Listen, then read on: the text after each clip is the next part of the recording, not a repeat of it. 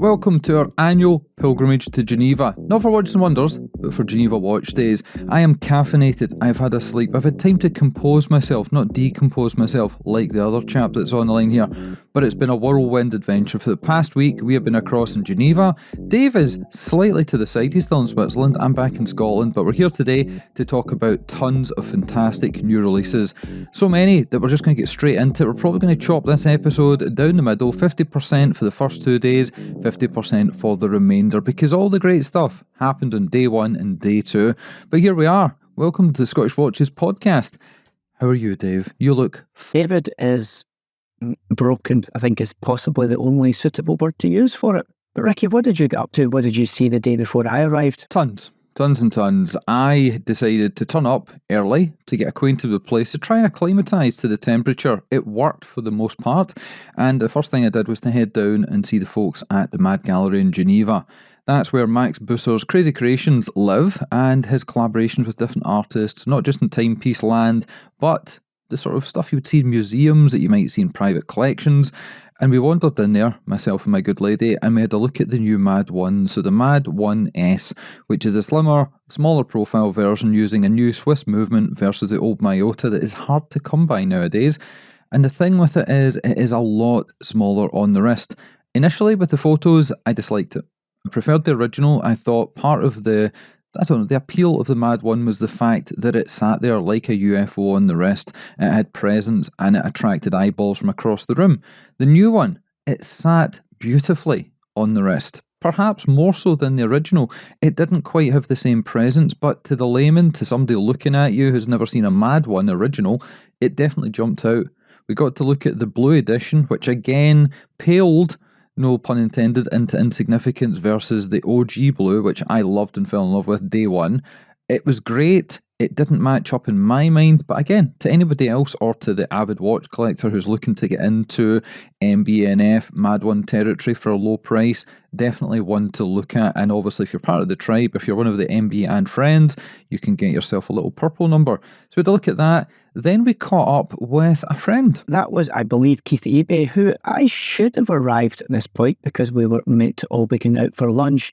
But sadly, that Brexit-related passport flight challenge when it comes to Geneva Airport was in full effect. And myself and Gavin, our video guy who puts together all the stuff that you will be looking at if you are watching this on YouTube, he and I were stuck in a queue for, I think, approximately 2.5 hours, which Gavin did point out was longer than the flight itself. So, Keith, what did you get up to with Keith? Well, our flight was delayed by 2 hours, so again, we doubled up, and thanks to the Bulgarian, I managed to just straight past all the queues. It's great. Yep. But apart from that, yes, I did. I caught up with Keith from eBay, and there is a reason for that. Recently, I've been talking about selling watches, getting some funds together for a house move, and then obviously a wedding plan. Yeah, I decided to take the plunge and use eBay, put my money where my mouth is, or to switch it around, to put my mouth where my money is when it comes to my Rolex Daytona. So I was catching up with him to fill him in on what it's like to sit on the opposite side of the counter with eBay to sell something. And I'm going to give everybody the blow-by-blow accounts, the ups, the downs, the positives and the negatives of using their authenticity guarantee, not to buy watches, but to sell watches. So that information is coming soon. Lots of juicy behind the scenes stuff happening there. But our first proper meetup was the following day. The show started in earnest, not in Dave, on the Thursday morning, and it was David Kando that we went to see first. And this is a new brand to us, and I'm no doubt to many of you listening to this, or indeed watching it. But yes, he is a bit of a man with a like of symmetry, very much like myself. Someone who gets a little bit upset when things aren't all as they should be. And we got to look at some of his, the best way to describe them would be horological wonders, because he is producing tiny, small numbers of watches, but to an extremely high standard. Ricky was particularly taken by a few of these, especially when we got into the nitty-gritty. The highlight of it was the crown system. He has invented a new kind of crown system, which is not a bull crown, but it's kind of on the top, but at the bottom at the same time. Quite a lot of components going on. very workable. And I think the highlight for me was the fact that even when the crown is open, if I remember rightly, Vicky, it's still waterproof. That's right. Well, water resistant, Dave. Can't use old terminology. Get into trouble for that one. You're correct. And I believe it was 31 or 32 extra parts in a patented system where the crown is pointing up dial side, adjacent to the dial, symmetrical. So it must go through, he didn't explain how, but it must go through some kind of system, a little bit like a CV joint in a car, where it passes the movement and obviously the winding of the crown and the setting through the crown straight into the movement. Fantastic work. Looked completely different from any other watch that I'd seen. I can't even describe it. You're going to have to look in those things that we call show notes, Dave, because Miziel is going to have a field day and a caffeinated night following to put together all the pictures, all the tech spec and all the links to these models, iteration, colourways and brands that you've heard of before or maybe are being introduced to for the first time, like Dave says that we were to this gentleman. And I was just blown away by the quality of them. Even parts of the dial were opened up. Usually you would find a gear shade pattern and then you would have the sapphire crystal on top. He opened things up. You could actually touch and feel the surface of the dial in certain areas, and obviously the subdials where the hands were located were completely covered. But that was a great introduction, a great start to things. Where do we go after that? It was then time for breakfast, and that shows you maybe how early we got starting. But we had a little private soiree breakfast, and by private I mean around 20 people, so quite an intimate little occasion, with the none other than Mr. Chaikin, who had asked us to come along. No idea what he was about to tell us, but we possibly got to get the drop on one of the highlights of the show in terms of big news articles.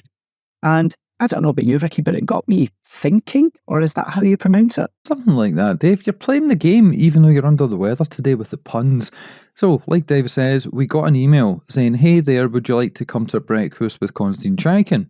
And obviously we said yes, couldn't understand why we were asked or what it was all about. We didn't get invited to meet him or have an appointment to see his new releases, but we said yes. Obviously Dave owns the watch, has been a big advocate for the brand for numerous years. Pietro at the limited edition, exactly the same. The guy that sold Dave the watch, the guy that brought Chaikin to the UK. So we turned up early, we sat down, there were not that many people there, but on the desk, on the table in front of us, where the coffees were very slender, 3D cut, plastic watches, or so we thought. They weren't actually watches, they were just cutouts in Perspex that then had a printed overlay on a nice little NATO strap. And we're looking at this thing going, what's going on?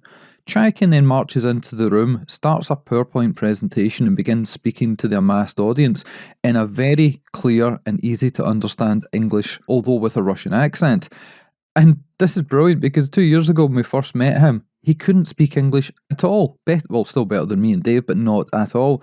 And he went through this and he went through that. And then he unveiled the new world's thinnest watch to 20 people, hand-selected in the audience of press. And we're sitting there going, what has just happened? If this was Bulgari, if this was Piaget, if this was Richard Mille, there would be posters, there would be TV adverts, there would be teasers on Instagram, nothing. Just this guy sitting down, coffee in hand, jaws on the floor. And what has he actually done, may you ask? Well, obviously, as many of you will know, Richard Mille had introduced, I think around a year, maybe slightly more than that ago, a 1.75mm watch at some rather eye-watering price, if I believe rightly, or if I remember correctly, should I say, a collaboration with Ferrari, the credit card thin watch. But Chaikin managed to shave a little off 1.65mm. Now, to be fair, it's not a production piece yet. There is one piece that exists, and it's a prototype piece, but he did actually have the watch with him, and we got our little grubby hands on it. We got to have a play, we got to feel it ludicrously thin. I mean, at the end of the day, 1.65mm kind of says it all. No idea what that is in imperial for our American friends, but very small part of an inch is what I will go for. In Australia, what they would call it is half a bead stick. That's probably pretty accurate. I mean, if a bee stick was at that size, it would probably be quite an impressive bee stick, but we'll go with that. We'll go with that. It's still in the wrist-worn category, so that being the kind of watches with a face, which obviously everyone will know from the likes of the Joker or the Mignon, maybe a little bit later in that, because the Bulgarian also got to maybe discover the Minion at some point during the show. Outside that, yes, very impressive. Not fully finished, but he got to talk about lots of technical challenge he had with the movement, and obviously with the choice of materials to make sure that it was at least survivable, shall we say. Even the strap, we were talking about how thin it was as well. Well, on the strap front, that's something you've reminded me, and this is why there are two people hosting the shows here. I forget half the stuff, and Dave then tells Porcupines about the other half, but we combine together and we generally get to the truth eventually.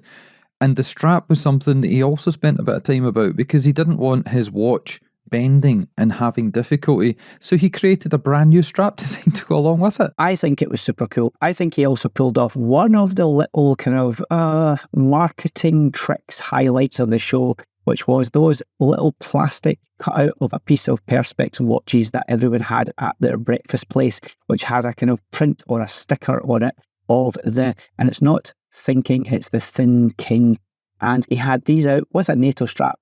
Probably pretty inexpensive for him to produce, but he had it on, so much so that our bold Gavin was wearing it at one point and somebody actually genuinely mistook it for the real thing and thought he had it on his wrist. Au contraire, mon frère.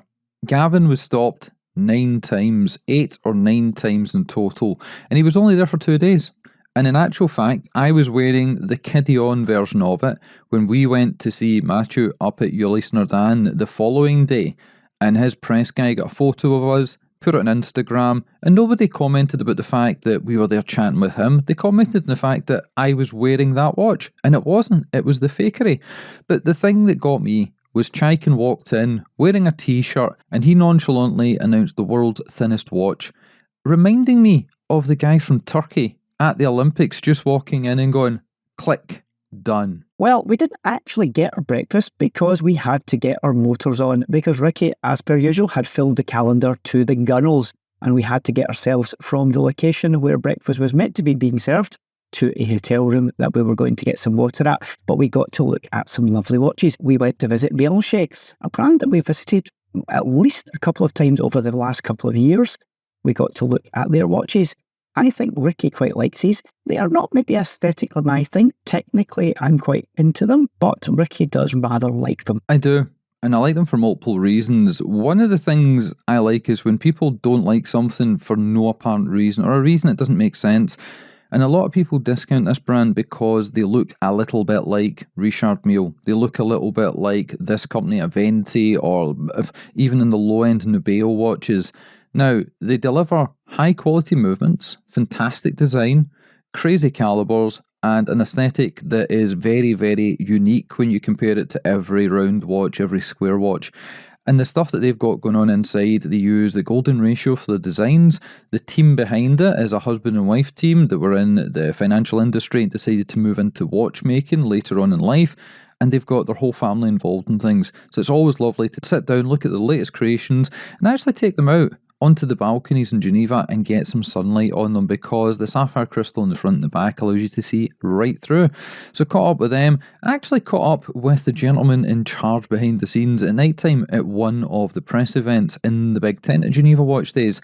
And he reminded me we were supposed to do a podcast with him, so I'm going to chase him up and see what we can get sorted there. And then we caught up with somebody that we've had dealings with over many years. He was our main contact in the UK with IWC, but has made some moves out on his own and has set up his own business and has been representing a newish brand to the market, or certainly new when it comes to consumers being able to buy this brand, that brand being a micro mil-spec. I am rather taken by this. Okay, I think it was new to him, but the launch that they had at this was something that piqued his interest. Got to pay back the tail, the ex-IWC guy that Dave talks about, because he doesn't need to spend time with me and Dave or other journalists because he's got a lot going on in his own life away from the watch world.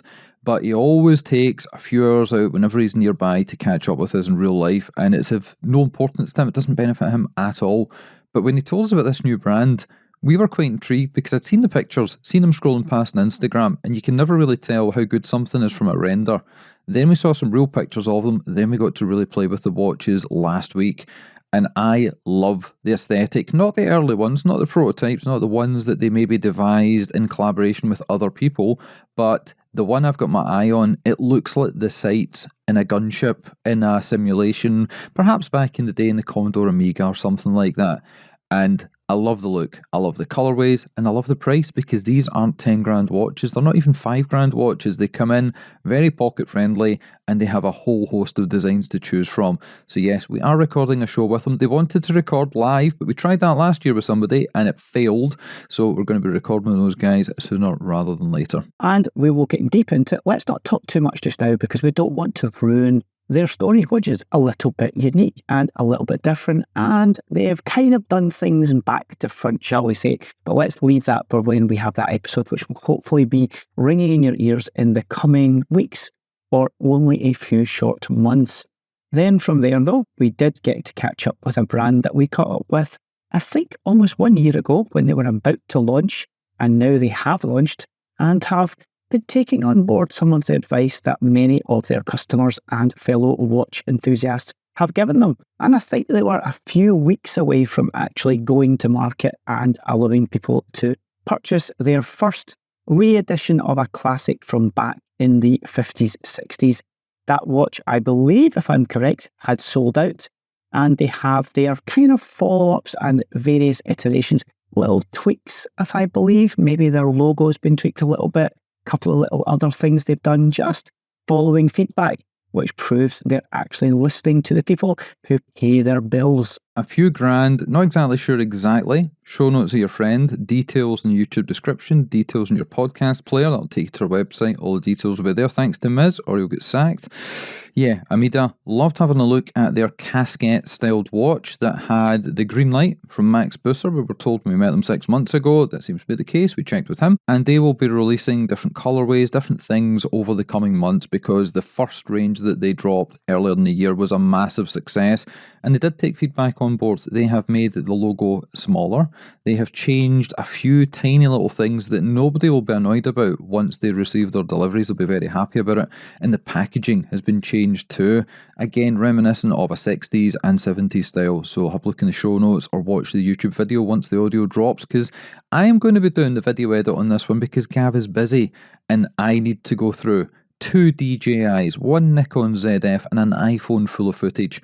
It's going to be sleepless in Seattle or sleepless in Scotland for the next few days. But then we had to get on Shanksy's pony, Scottish for our legs and feet, and get ourselves over to UN as they were hosting in their boutique, which was, I think, around a 10-15 minute walk. But when it comes to walking in that heat, it wasn't the funnest thing we've ever done. But we did get there. We were expecting to meet up with Greg, who deals with a lot of their PR and marketing, but we walked in to find the whole team there. In fact, they were munching down on their lunch as we arrived and welcomed us with open arms. They didn't give us a plate, forks and knives because they probably knew what would happen us being Scottish. But yeah, we went in and Matthew was there, the MD, the guy who was on the show a number of months ago telling us the history of UN, and probably one of the best CEOs to chat about a brand because he was telling us how he got into watches, how he chased down the CEO of TAG on the street when he recognised him. He told us about his collection and how he loved Patex and all these other brands. CEOs never mention other brands when they're on the show. Their marketing department are sitting there ticking off what's allowed to be said and what's not allowed to be said. And we were sitting there having a chat about all kinds of things, and we're going to be helping them launch a watch. You're doing a little bit of PR for them, helping with something that's very close to my heart, something that's very close to Dave's heart, and pretty sure it's probably close to Nico's heart as well. Well, yes, that's something that I think, as Ricky said, we'll all be getting a bit revved up about, but much more to come in that in the future. Yeah, the wheels are definitely spinning in my head about this one. But something that Matthew was asking about was how I was getting on with my watch, the Freak X I picked up back in February, March time this year, because I was wearing it on a Delux strap.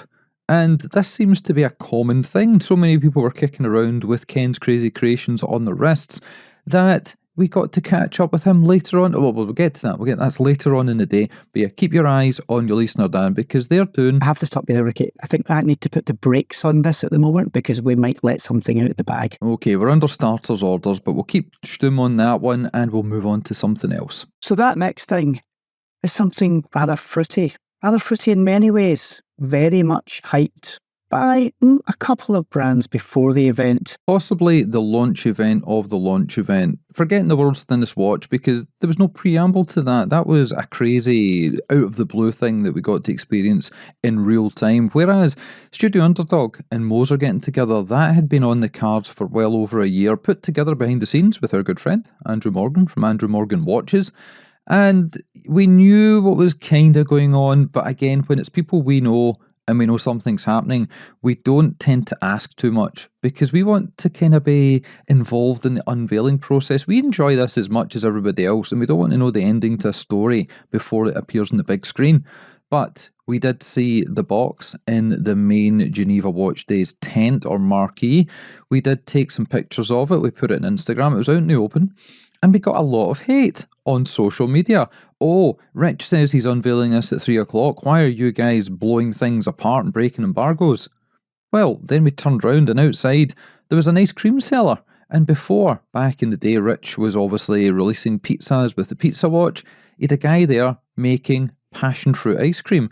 And we were just listening to him as he's spieling off what it's all about. He was saying it's this company called Moser, they're involved with Studio Underdog, they're doing a limited edition, blah de blah de blah. So it was completely out in the open. And when we told people that on Instagram, they deleted their comments. Yes, of course, people thinking that we would break an embargo, and we don't break embargoes. We break each other's bones and bodies, and we break each other's minds quite often. But no, we do not break embargoes, because that's why we've managed to get to, well, as you're listening to this, over 600 episodes, which is, I would think to say a fair feat. If we broke embargoes, we probably wouldn't still be doing this. No, we managed to coincide 600 episodes and over 6 years of content, never missing an edition, always doing at least 2 shows per week. And yeah, it was phenomenal because it actually coincided with the day of the show launching. So when we were going around introducing ourselves to people, it was quite cool to tell them 6 years, 600 episodes on the day of Geneva Watch. But anyway, enough of that. Our friends. So Moser, we're in tow with Andrew Morgan and Rich from Studio Underdog. This has been worked on for a long, long time because, as you will find out shortly, because we recorded some content immediately after the press conference because we wanted to be one of the first guys there to capture that ambience. And Horological Dictionary actually turned up and was helping behind the scenes with some of the film. You'll see that in the show notes and on the YouTube video. Don't have to tell you too much about that one. Yeah, the Moser release, it got a lot of flack from a lot of people, but that was a very vocal minority. And this is the mentality of some people, and I've seen it a million times before. Say, for instance, your local band hits it big. They go and start doing big concerts, and people that have got no claim to stake at all turn around and say, sellouts. Well, it's not sellouts, it's somebody doing well for themselves. The people that started Amazon, the people that started Google, the people that started whatever it was, Microsoft, did they sell out when they got big and started paying their mortgage and put their kids through college and did this, that and the other? No, not at all. If you like the brand, you should be happy when they do well. That's the way I say it. And no one's stopping you going out and buying an original, a Series 1 or a Series 2, or, and this is where Ed proved yet again what a genius he is when it comes to things, because he spotted things happening online. He read the room, he read the internet as the press conference was unveiling itself, and he was very quick to say, you know what, Studio Underdog, they're using a new movement, they've got this new series, don't worry, they are going to be doing some things in the coming weeks that you guys are going to love. And that was setting the tone, that was reassuring everybody that Rich isn't moving from £600 watches up to 60 grand watches, and that's where he sits. Not at all. So kudos to Ed, kudos to Rich. And Dave, you can tell us about the 2 watches. So what did we have? We had the Perpetual Calendar from Moser. Now, this is a watch that I think it would be fair to say is on quite a few people's grail lists, mine included. And Rich has given his little Studio Underdog touch to it. Obviously, he went to town with the passion fruit colour palette, something that is very well known for many of his releases, that kind of fruity-based or brighter colour, clashing colour look to it. But he brought his pens and pencils, in fact, even some might say his crayons along, and he got to go to the dial in terms of shapes. Obviously, they did a lot of talking about Richard's ability to have asymmetry and still make it kind of work and be balanced, which is something that pleases and annoys me simultaneously. I'm very much someone who likes symmetry, but always Richard manages to pull out the asymmetry bag and get away with it. Of course, alongside that, he had, which I believe they're calling their model Series 3. This is the new variant of the chronograph. Not just any old chronograph here. We go to a monopusher chronograph, now featuring a Swiss Solita movement inside it as well. You have a square pusher up at the 2 o'clock position, as opposed to the more traditional single pusher above and below the crown. Obviously moved on with the Series 3 from the Series 1 having the seagull and manual wind. You've now got the manual wind Solita Swiss movement in there. You've got the dials that had the similar colour palettes, but whilst Richard added, or tweaked, shall we say, the dial of the Moser, Edward had his wicked way with the Studio Underdog dial. Many facets that Richard had incorporated that he liked have maybe been deleted, and Richard was telling us all about the things that he kind of originally had on his dial for the Studio Underdog, but had been removed because Ed thought it might be a little bit better. So to me, a true collab. 2 watches done by the respective brands that own those products. That being Moser with a perpetual calendar, and of course Richard with Studio Underdog, but both brands having enough of a say and enough of a tweaking going on that makes it that little bit different from what you would necessarily expect from those brands. 100 pieces only sold as a box set with both pieces in them. A very beautiful, bright, punchy box, it has to be said, with both the Moser and the Studio Underdog logos on there. And if you want one or t'other, you have to buy them both. Now, yes, it is a lot of money, around the £60,000 mark, I believe, in the UK. Can't quite remember because I'm tired and dishevelled. Can't quite remember whether that includes taxes or not. But I think it's, for what you're getting, actually a very fair price, because have a look at how much Moser perpetual calendars cost. And they're definitely not at the cheaper end of the watch market. But I think for what you get here, it's a great proposition. There's been no price gouging either. It's not suddenly significantly more expensive because the guys have got together. It is pretty much in and around what you would expect to pay for the regular variants of those watches. Well, something that we are both not currently. We're more on the sleepy side, but we went to see the brand Awake, which is something that I wish I was more of as we were doing this recording. But they had quite a lot of news, some tweaks, some refinements, moving on, moving up. But very much interestingly, trying to do a really solid job of taking their current clients and their current look and feel with them as well. So not just ignoring the past and moving on, very much trying to grow up, a bit like a teenager, which is pretty much how myself and Ricky act most of the time. This was a brand I'd never heard of, and when we get through the email list from events that we're going to, we know that some other journalists, some other media people, they like to look for the heavy hitters and go, tick, tick, tick, I'm going to the pub. We look at things and go, tick, tick, tick, they're our friends, they're people we know, they're people that have been good, they're people that we trust. And then we have all these gaps in our schedule, and instead of taking downtime, which is my failing, I like to see brands I've never heard of, that maybe I want to learn about, maybe I want to find some hidden gems and bring them to you. And that's Awake. That's some of the brands that we're going to talk about here. Bianchi a few years ago didn't have a clue who they were, but we wanted to go and have a look. And the guys at Awake, their first iterations of watches, a little bit like Rich at Studio Underdog, they hit the nail on the head. But they weren't happy. They wanted to constantly improve. And looking back at their first series, it was great. There was like a NASA collab. There was some other crazy thing. Then there was a transition between the past to the current. And that one had all kinds of graffiti on it. It had some Loom on the dial. It was a little bit different. And obviously, we are known for dicking around with Loom. And then their latest iterations were fantastic as well. I remember they showed us the handset in one of the new releases where the Loom wasn't in the centre of the hand, surrounded by the normal metalwork. The Loom was actually on the outer circumference of the hands. So at night time, it looked like something out of Tron. But you'll have to look at the pictures in the show notes and obviously see things on YouTube as they develop in front of your eyes. Next, Dave, where do we go? Maybe more where we were meant to go. We were meant to pop not that far away to see the guys at the Bulgari. But unfortunately... Oh, I remember what happened there. They were at the same place, and we kind of toddled from one area to the other, literally 3 desks along. Imagine a Comic-Con of watches. This is what the Independence area at Beau Rivage looks like. It's downstairs in the back, and we stood around for a few minutes, for 5 minutes, for 10 minutes, and the person that had the meeting previous just wouldn't fuck off.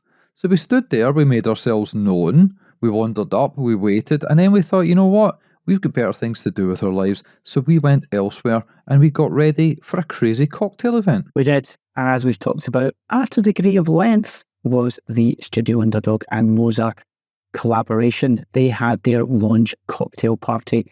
Rich had maybe taken some liberties, as he said. Maybe Ed wasn't overly keen on the idea at first, but it had come round when Rich decided that everyone needed a reversible sun hat.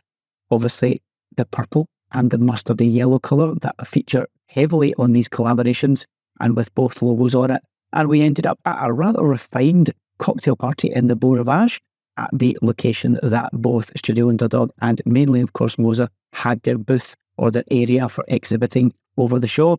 And we had a jolly nice time whilst everyone wore rather bright and garish sun hats. In fact, check out social media, check out the show notes, because there are quite a few pictures of people maybe who were initially rather hesitant to wear the hats. I'm always a little bit hesitant to wear a hat. As I've mentioned, I like to go bareback.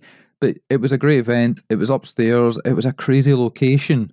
Imagine a very well-to-do country house or museum or stately manor with marble statues and all the splendour you would expect of a $2,000 a night hotel, and then put crazy hats on all the statues. That's what this party was like. Me and Simona were there. Gav was along. He was loving it, loving life to the max. We met Tim, who's obviously been a previous guest on the show, not Tim Mosso, the other Tim from America, Tim Mancuso. And then Ken from Delux was wandering around, and I grabbed him because I'd not seen him since before we recorded our show with him. And he was showing me all the new releases. He was talking about the testing processes with his straps. And who knows in the future? He said to me, you know, when you're doing limited editions and you're offering this, that and the other, maybe you'd like to offer some of our straps. So we're going to keep that under wraps, and maybe one of our collabs down the line, you may see a deluxe strap involved in it. But it was a great night. Met Nick from Fears, met a couple of listeners, including, I think his name is Smooth Bezel on Instagram. And then we retired for the night, Dave, because we were tired little people. So then, after a somewhat turbulent night, because it was rather warm and Ricky's air conditioning wasn't maybe doing its best, I think it actually got worse over the week, we started off day 2. And where did we start day 2? But before we get on to that, I forgot to say about the after party, where we went to get ice cream. But before we left the Moser event, I was wearing our Formex because, I wanted to kind of get it out there. People had asked to see it. It's got the party piece on the back, and we had released another watch. It had fallen on the back of our Sky edition. Literally 3.5 weeks later, we had our second collab with Spinnaker come out, and we were scared because our Spinnaker was supposed to come out maybe St Andrew's Day again. We moved it forward to August. Then we had a 3-month delay with the Formex due to the printing of the UV ink. It was showing up without the torch being activated, not in colour, but you could see something was amiss. There was like a staining effect or a water droplet effect, and Raph was working behind the scenes to try and fix that problem. Took him 3 months, which meant we couldn't move the next watch forward into the next part of the year, so they fell back to back. But before we had a chance to even tell anybody about our Spinnaker limited edition release, which I'm wearing today, so you'll see it in the show notes, you'll see it in the video. It went out, 500 pieces, sold out, 10 hours, less than 10 hours. Incredible. Again, pent-up demand for a fun watch that had a lot of cool features on it. We will talk about it properly, and if anyone managed to grab a hold of it, and I know a few people had some difficulties with the website and whatnot, it went crazy. Even Worn Wound had a selection in their shop. They posted to say, sold out in the main Spinnaker website. Cut up, sorry, it's sold out on our website too. But if you missed out on that, you like the look of it, or you want to have a look at the Formex, I believe there's a handful of pieces left on the Formex website, so details will be in the show notes. And you're right, from there, we kind of went across to the tent, had a quick walk around, met Pam and Andy. Never met Andy in my life before, even though I've been chatting to him for years and years, and we conversed a lot on WhatsApp in some of our groups. And it was just a really good end to the first day. But the second day was crazy too. Day 2, where did it start? Well, it started with one of the shiniest watch brands out there, that of course being Jacob & Co. And we made a little mosey up to their boutique. They weren't showing in the Beau Rivage, they were using their boutique just over the river, a mere 10 minutes walk from main location of Geneva Watch Days. And we got to play with some rather fancy watches. Of course, in the news cycles over the last couple of weeks or month with the Bugatti release, of course, with Bugatti also releasing their new car. And we got to discover the really tight synergy between those two products. This is not just a watch that has taken inspiration from the new Bugatti, but this is something that they very much work in collaboration. If you ever get lucky enough to even see, never mind actually own the new Bugatti, have a look at the dashboard, because I think you'll find these guys had something to do with it. Recently, we met a guy at the Moser F1 event, and his name is David Chokran. And we kind of hit it off big in the travel to the racetrack, because he was a very no bullshit kind of guy. And that is exactly the way we do things on the show. If you've listened before, you know what we're talking about. So we invited him on as a guest. He came on, he blew our socks off. He blew your socks off because we get so many comments, emails, feedbacks, WhatsApp, Instagram messages saying we need this guy back. Somebody actually said we should have him back every 6 weeks, and we do have that email sitting. It's genuine. So he was there at Jacob & Co. giving us the run through, because behind the scenes there's a number of different brands that he works in tandem with, and this is one of them. And when he does things like that, he will actually go to the nth degree to explain the history, the differences. He was showing us the previous iteration from Bugatti, the current one, how things have evolved, how things have changed over time, how there is the strands of DNA that link the two together, but there were so many changes, it was almost like a whiteboard redesign from the ground up. And yet the Bugatti Tourbillon was designed in collaboration. The actual dashboard to the car was designed in collaboration with people that put watches together.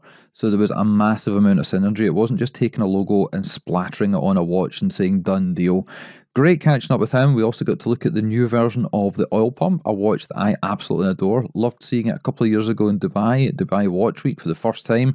And Simona was sitting there, because when it comes to the higher luxury brands, especially the ones with the shiny parts, she loves Jacob & Co. She thinks it's great what they've done in the past.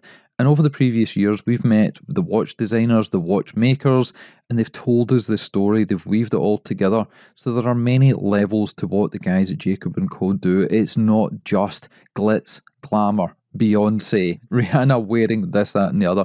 There is a whole load under the surface. So if you don't like the looks of one watch, you should definitely look under the dial and see what goes on technology-wise, because it's phenomenal. Then off to another brand that I've featured on the show many times, that being Bulgari. And we got to meet our new contact, because they've had a bit of a reshuffle, and we got a very lovely little meeting in a very intimate little room, and got to look at a few of their new pieces.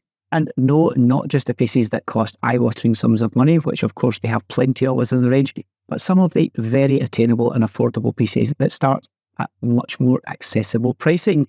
That being the aluminium, not aluminum, but we'll say aluminum for our American listeners, the aluminum or aluminium Bulgari. And I was rather taken by the Fender Guitar Special Edition one, pretty subtly, and it did lead on to something later in the evening. It did, and it was odd because I felt bad because we're running late, and this is the problem with Geneva Watch Days. If you go across, you might run into this little issue, although it's a good issue to have, but it's a bad issue for certain people. If you've got a meeting at a boutique, you have to get there.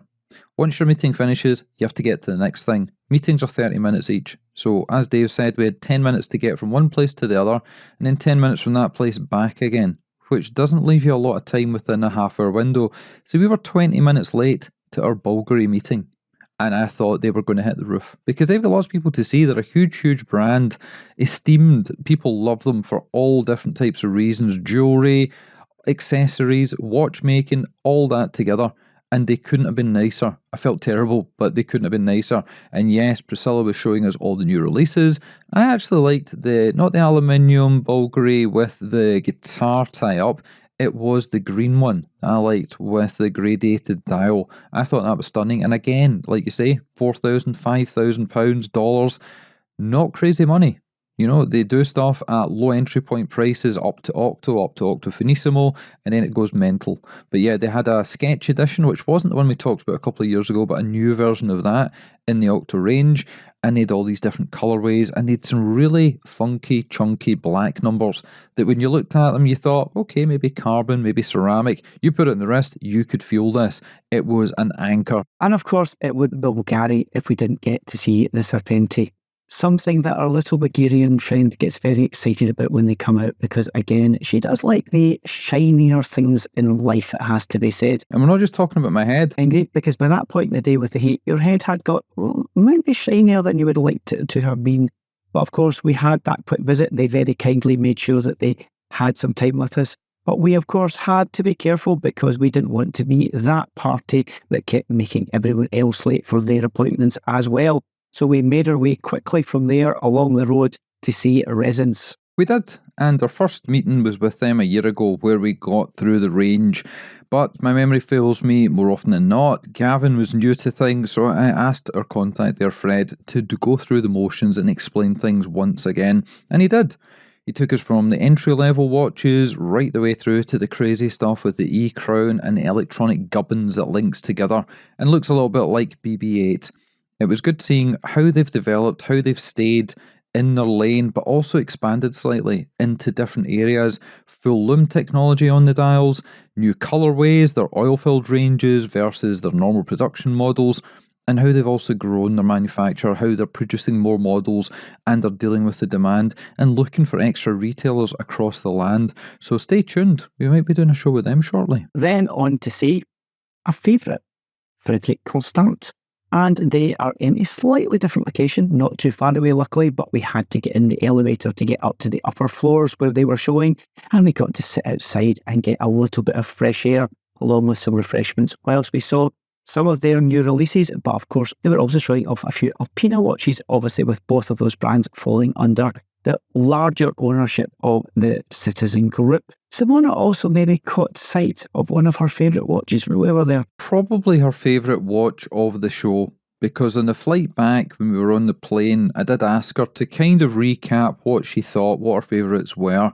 Obviously Jacob & Co, Bulgari, Chaikin, but the one that stood out the most to her was a release from Alpina. And this was a watch that I looked at and thought, yeah, okay, it's more on the feminine side, but I can see where she's going with it.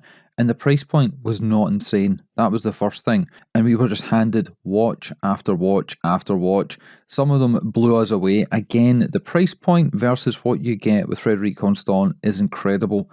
It's almost like they miss out a zero at the end, and that is one of my catchphrases, but it definitely rings true with this one. So again, in the show notes, you'll see lots of pictures of the things that aren't embargoed, because there were a number of things that they said, you can take some pictures, you can have a chat with us about it, but keep it under wraps because we don't want to dump our full load in the one go. Then we went to somewhere where we may very well dump our load in one go, of course, that being MB&F.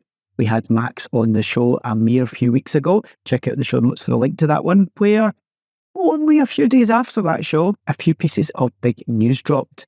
And of course, Max was not in a position to tell us at the point where we recorded, but the news was out, that being, of course, that Chanel have taken a significant 25% stake within MB&F, securing their future. Probably not that they needed their future securing, more that it's given them real confidence within the industry. Yeah, it was a shame that we didn't wait 1 or 2 weeks to record that episode, because I feel as if we almost misled you, because we didn't actually know most of the stuff ahead of time, and there are embargoes. But yeah, Chanel, 25% investment in MB&F, then the new versions of the Mad series, Mad 1S and Mad 2 coming down the line. Those were news to us. And we got to have a look at the purple edition, which wasn't in the boutique to look at. We got to look at some of our favourites from Stephen McDonnell. And yeah, they were more talking about their Mad Gallery stuff. They had a retrospective of the past 15 years of most of the releases in an arrangement in one of the rooms in the Hotel Beau Rivage that we were looking at. And we got to ask questions about each individual one. And I'm fairly new to the watch game, 2017 onwards. There were things in there I'd never seen before. There were things in there that looked like they'd been inspired by Star Trek that I was really into. And again, some of the nicest people in the world, in the watch world for sure. And that is obviously Max, Harris, Arnaud, and the rest of the team there at MB&F. Really, really good. A little bit of a stark contrast to perhaps some of their collaborators that we met later on in the week. But it was just cool to catch up, see the stuff there, and congratulate them on their continued success. Ricky hasn't mentioned the main purpose of the thing they were showing off was their collaboration on their latest Mad LP collaboration with what can only be described as a futuristic looking airship type arrangement. Pretty cool, it has to be said. Rather imposing. You might need a larger room to be able to show that off to its greatest extent. And the favoritist thing, one of the favoritist things that I saw at the show was, of course, their pencil sharpener with lizard cum dinosaur legs on it as well. They had a piece unique, which ended up in the auction, going to the good cause of the watchmaking school in Switzerland. But they're going to be releasing a non-limited edition version at a price that really did surprise me. Quite expensive for pencil sharpener, but definitely very affordable when it comes to Mad One or Mad Gallery creations. So yes, I'm quite excited for what's coming when they release the regular model. Next up, not Moser, but Hot Launce, the kind of sister brand, the one that doesn't get spoken about quite as much, but should do because their TV-shaped watches are to behold. They're fantastic. We saw a sneaky peek at Dubai Watch Week of a really funky superconductor looking thing in white and blue, my colour scheme, but this time around they had something even more standoutish, something that was so radioactive looking that I just let Simona play with it. Obviously, Hot One's known for their TV-shaped watches. This one was a TV-shaped watch that definitely wasn't a TV, it was a vintage radio. And they actually had one of these vintage radios, which would be described as slightly on the brighter side of colour palettes. Kind of punchy lime green colour with some highlights in there in really contrasting colours, a grille, if I remember, off to the left, and then you had the tuning area within the kind of area on the right, that being a kind of analog dial that you could tune into a radio station. Definitely check the show notes out. This watch is outrageously different. I loved it. Bright leather strap, green marbled effect titanium case. We actually thought it was stone, but it turns out it was not. It was titanium with a special process they've developed for coating it. Yeah, and they had a hidden tourbillon that Dave likes, hidden tourbillons, and it was hidden, but it wasn't quite hidden. Looking from the front, you wouldn't even know that this was a high horology watch. You had a very basic little kind of timekeeping area or display of time to the right-hand side, which was in the area that you would find the radio tuning frequencies on the radio itself. But yes, of course, you had a tourbillon movement buried in there. And if you held it up to the light and you look through the grille, you could see the tourbillon cage spinning away. Absolutely horrific in many respects, but at the same time, so horrific, it became super cool as far as I'm concerned. I believe it's a limited edition and they have one or two pieces of it left. Definitely one to check out in the show notes because I'm not doing any justice describing it. But we had to make our moves because we had to get ourselves to a other building around a 10-minute walk away again, that being Corum. We caught up with Mark and the design team at Corum, and we loved meeting them last year for the first time. They were in the same place this time around, and they were showcasing one watch and one watch only. This was based on their golden bridges. It had a clear case back, kinda. It had a kind of clear front, but it was just covered in all kinds of stuff to do with the jungle, with a crazy snake arrangement in the centre. That was the centrepiece of this watch. And they spent most of the afternoon chatting to us about this one piece, the design process, creating it, crafting it, sculpting it, painting it, putting it together. And then the problem that they've only got one of them. They would love to sell it, but for people to see it, they have to ship it around the world, and that involves lots of problems with getting it through customs. It's a very expensive piece, and they would prefer people came to see it in real life rather than trying to get it around the place. But they're cool guys, we enjoy chatting to them, and again, it's another brand that perhaps, you never know, in the future, they might be coming on the show to talk about things because their history goes way back, not hundreds of years, but a good few decades, and they've had some good releases. We spoke last year about the Rolls-Royce Radiator style watch and other things that they came up with that people might not know about. So doing great things over at Corum. 7 Friday, Pietro, limited edition, introduced me maybe 4 years ago. We did some videos back in the day before we had the proper YouTube channel, and they were funky watches. Crazy designs, very square in shape, although rounded on the corners. A little bit more rounded than perhaps the Hot Launch models we talked about earlier. Definitely at a completely different price category, going down the way into the pocket-friendly price points. And they've always done things, maybe with wood, maybe with collaboration with graffiti artists. This time around, they showed us some stuff that can only be described as alien, organic, Star Trek, sci-fi, futuristic stuff, with a very common link maybe back into the past, into the steampunk era. I'm not sure what's embargoed. All I can say is I will find out and we'll put the stuff we're allowed to talk about in the show notes. But instead of being at Beau Rivage or one of the hotels, they'd actually succumbed to the heat as much as we had. and they had moved out into the open garden area just in front of the fountains down at Lake Geneva. And it was just really nice to chill, last appointment of the day, see some cool timepieces, and then Simona obviously said that she had absolutely loved the Papa Don't Preach collab that they did last year, that she got one of, and we'd posted on Instagram the night before. And that rounded out our meetings for the day, but it didn't quite round out the day because very luckily we had been invited along to the Bulgari Party. How posh are we, Dave? Couple of daft Scottish guys from the bad end of town, getting dragged across to Geneva, been told to be a little bit suited and booted and go to a cocktail party with Bulgari. Indeed, and we thought to expect nothing else than a rather sophisticated venue and some lovely drinks. And we got there, and I think it ticked all the boxes. It was a interesting, sophisticated venue. In fact, it was a converted waterworks, which doesn't sound like a lot, but it was a beautiful venue. And we were treated to some lovely drinks and some food nibbles as well. But then, as we were thinking, yeah, this is pretty cool, we like this is okay, we can stay for a wee while before we maybe head off and get to our beds for the next day, we were ushered into a darkened room, Ricky. Not the first time for me, Dave, but thankfully nothing untoward happened. Actually, some good things happened. First of all, on stage, because there was an auditorium built into the place, we had the CEO come up on stage and talk about various different things, along with a prior CEO and a new CEO. So there was a bit of a changing of the guard, people moving around across the tag, lots of changes at LVMH Group behind the scenes over the past few months, Julian Turner, etc., etc. But then they turned around and said, well, we're here. We've done this collaboration with a guitar company, amplifier company, musical instrument company, shall we say, and we thought we'd play some music. So what will happen next, Dave? Obviously, I mentioned earlier on when we got to see Bulgari on their show earlier in the day, they showed off one of their watches, that being the Fender collaboration.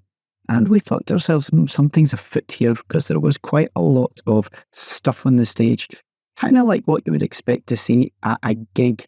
And after we had been listening to the chat, what was happening, the changing of the guard, they said they'd organised a bit of a soiree for the leaving individual.